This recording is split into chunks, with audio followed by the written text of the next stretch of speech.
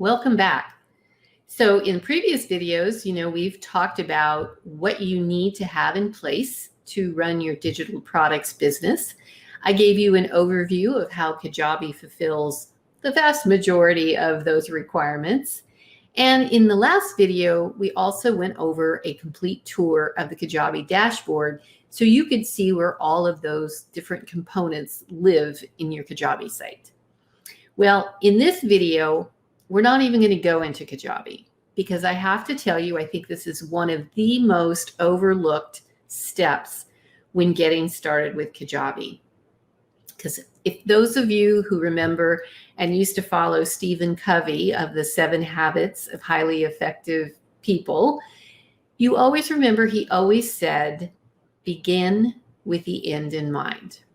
So rather than jumping into Kajabi and starting to try and figure out all the bits and bobs there and putting all those pieces together, you need to have a plan. You need to know where you want to go, what your objective is, and then start working backwards to design your perfect Kajabi site. So I'm going to share with you today 2 of my favorite tools. Now, you don't have to use these tools. Honestly, you can use a piece of paper and a pencil. I just find that it is generally most effective to really sketch out what it is you're trying to accomplish. Now, it might be a little different if you're planning your public website. It's going to be a little bit of a different flow. You're going to be creating something called a sitemap. The sitemap is simply your navigation and how each in the navigation connects to a web page, and how, if included in that web page, you're going to have some type of call to action, something that you want somebody to take action on, whether it's opting in for your freebie, or perhaps it's going to be clicking a button to book a discovery call with you. So mapping out all of the flow of your website is really, really important. And even more so when you're creating your product, and especially when you're creating your marketing funnels, also known as pipelines in Kajabi speak. You really want to create that visual diagram that it's going to help you to decide what are the different pieces that you need to create. So I am going to share with you 2 of my favorites. So my first favorite is a simple Flowchart app. And believe me, the products I'm going to show you are free. You can obviously pay and upgrade to have more access.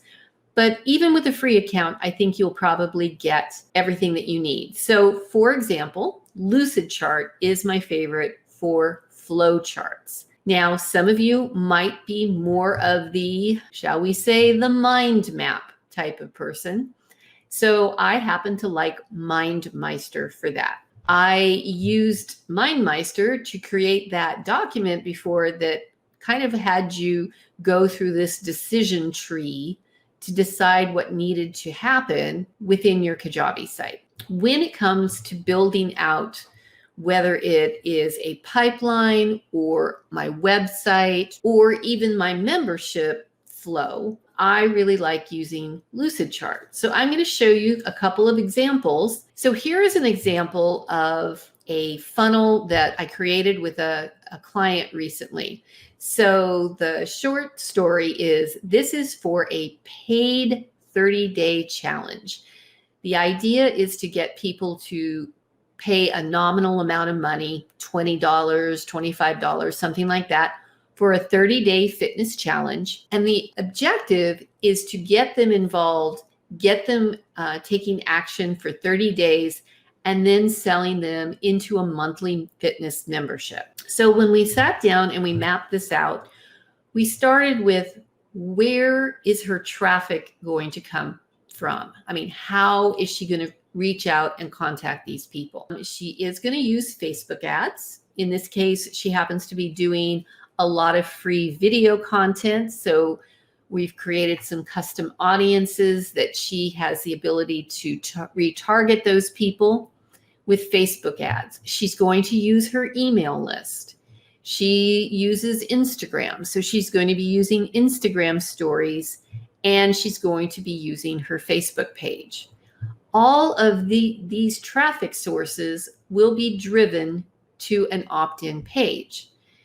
The opt-in page is going to send them some short emails talking about this fitness challenge, and then encouraging them to go to the sales page where they're going to find out more about the challenge and pay the nominal fee of $20 or $25 and go to a checkout for them to purchase the Fit Break challenge. Now, once they've purchased the challenge, she needs a welcome email sequence and the daily prompts to direct people to watch the video trainings that go along with each day's challenge activity. At the end of the challenge, she's then going to do a final Facebook Live, drive them to the sales page to try and get them to join her membership. And at that point, people are going to purchase with the checkout. So this is just kind of a high level sketched out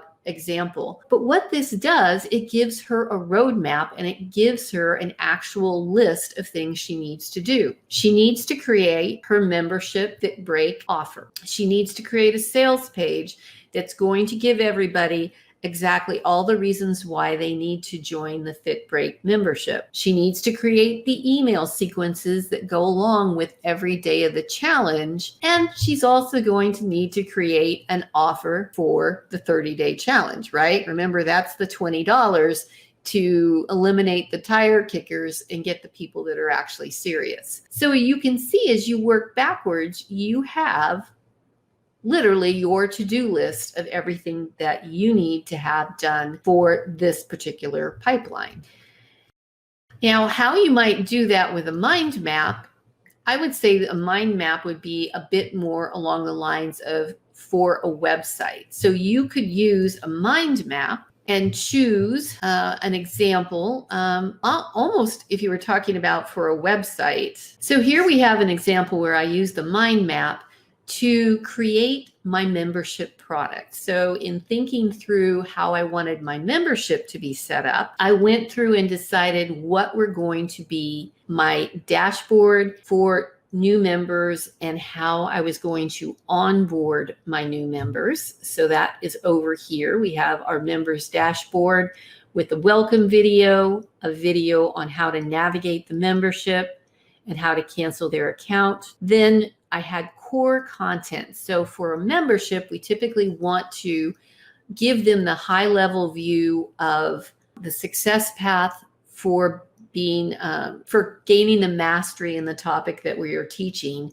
And we want to teach people all of the different stages in the success path and then have them identify where they are so they can have a clear path to know what is the information they need to learn and they need to implement to move along the success path towards the mastery of whatever the topic is. So then there was different content deliverables for each week. So we have content deliverable number 1. And I asked the question, so what is the format for this content? How often will it be delivered? And is it dripped content?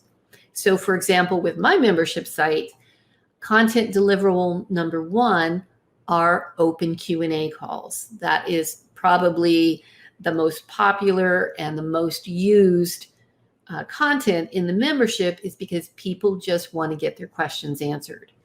Content deliverable number 2 was for the second week is office hours. So I created a 3-hour block of time where people can come in and out on a Zoom call and get questions answered and work on projects.